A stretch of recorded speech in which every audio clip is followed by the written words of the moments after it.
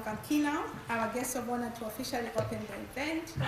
I'll just give you a brief history of Honorable Maria. She's a Member of Parliament for Carroll, and she's the first Greek-born woman to be elected to Parliament in Australia.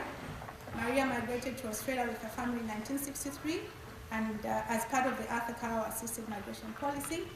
Maria was elected Federal Member of Parliament to the Australian Labour Party in the region of Carroll in 2001, and has been Member of Parliament for this electorate for 7 consecutive years.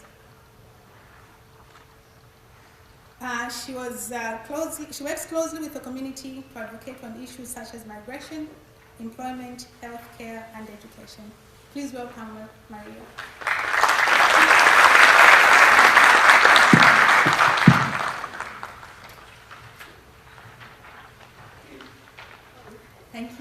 Thank you, Agnes. It's daunting, actually, for a parliamentarian. This is almost as big as the House of Representatives chamber, and it's green to boot. Can I begin by acknowledging that we are on the land of Indigenous Australians, and I want to pay my respects to their elders past and present. Thank you, Agnes, for the opportunity to be here today. I won't keep you very long, and I thought about what I could say to add value to what is happening here today. So I'll probably start with a story as well. And the story, firstly, I'd like to say to you all that in the 18 years that I've been in Parliament, we have a lot of parliamentary friendship groups. And I tend to gravitate to a variety of friendship groups, and many of them are in the health area because it is an area that I have a great interest in from an advocacy point of view, and also being able to lend a hand in promoting and assisting advocates when they come to Canberra to raise awareness, which ultimately also leads to the need for funding of research, medical research, pharmaceuticals and all sorts of things. So the one group that in particular I began my parliamentary career with was the Breast Cancer Network. And I moved on to heart disease and rare diseases, and it's not a first for me to be involved in, certainly with the sickle cell it is, but I came to this hospital at the time wasn't here. The Old Children's Hospital was the place where a lot of research was taking place around thalassemia, and I want to acknowledge Dr. Jim Vidalis, and also because I have worked with the advocates for thalassemia and raising awareness in all those years, and a very brilliant doctor, the late Panos Ioannou, Dr. Ioannou, who had great hopes and aspirations for actually cracking, as he used to say, the code to thalassemia and other blood disorders. So I'm very pleased to have met Agnes. I met Agnes a number of years ago. I didn't realise she was my constituent until she walked into my office some months ago and asked for assistance in setting this group up. So I wasn't going to hesitate at all. In fact, I was very enthusiastic about assisting her, and here we are today, and I'm very pleased to be here to actually participate in the launch of this very important advocacy group. I'm also very pleased because it's a bit of a family affair in terms of my electorate, because Mapalo goes to the Good Samaritan Primary School that I have a very good relationship with for a whole series of other issues, and they're here today. And I'm also pleased that CSL, which is an iconic institution in the Federal Seat of Cornwall down in Broadmeadows, is sponsoring this event. So I'm going to call it a bit of a family affair, and I'm very proud to be involved in that as such.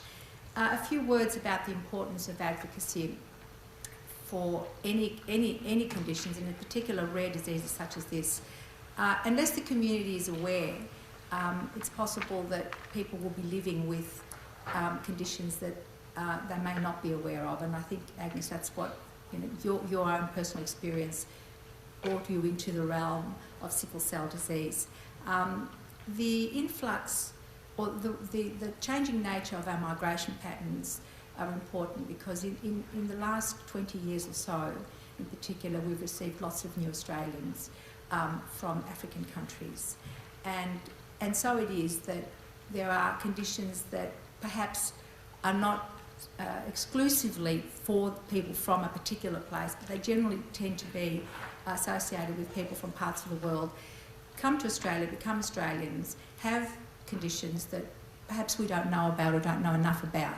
So it's very important that we begin a process of learning, of raising awareness, and ultimately you will probably all come to Canberra one day and seek financial assistance or funding for whatever research needs to be done. That's the way it all goes, and I'd be very pleased to receive you and assist you in that process. I think what is happening here today, when Agnes, when I asked Agnes, actually I did ask Agnes when I saw her, well, how many people in Cornwall would have this condition? And she said, well, we wouldn't know because there's no registrar, there's nowhere to actually keep track of who has sickle cell disease. So that's one of your aims. One of your aims is to collect that very important data. I'm not a scientist or a medical practitioner, but data, I'm a politician, and data is just as important to politicians as it is to scientists and medical profession, because that's how we learn and track our learnings and do further research and hopefully find cures and responses to dealing with conditions. So I'm very pleased to be associated with the Sickle Cell Foundation. I intend to continue to work with you, Agnes, and with Preston. Both of you have done a great job in bringing this together. We always have to be mindful that people who drive these advocacy organisations do it voluntarily. They do it out of commitment. In Agnes's case, they have a young child that the fact that you took up nursing, Agnes, in order to understand and be better help your child is an incredible testament. It's just amazing that you would go to those lengths in order to be able to manage something that is a family issue, because you deal with it as a family. And the fact that you are now driving this advocacy group to help everyone else is commendable, and I never cease to be amazed the amount of people that I have met over the years who have been involved in advocacy groups in order to assist the collective and for the greater good. And I think that as a Member of Parliament, I always say to people who want to come to see me or who do come to see me about advocating on issues, that we rely on the strength of that advocacy to get things done. So I expect that this organisation, this group will do a lot of work into the future and will be of assistance to the good doctors that we have here and scientists at the Royal Children's Hospital to help them as well in the research that they need to do in order to help the community. So I'm very pleased to be associated with you. I wish you all the very best of luck. If I've got to say those magical words, is this an official launch? Do we cut a ribbon? Whatever it is that we need to do, congratulations to you all. I look forward to working with you, and the very best of luck as you will continue to build on the medical and scientific excellence that this country is famed for. And I know that for a fact because I've worked in that area as a politician. Australian doctors, Australian scientists are always at the cutting edge. Blue sky research. For whatever reason, we, and I'm told by everyone, punch way above our weight. And I'm very proud that we live in a country that has the intellectual capacity, but also the support from its community and from government and from the private sector to do work that is not only of benefit to Australians, but also to the global community. Thank you. Congratulations.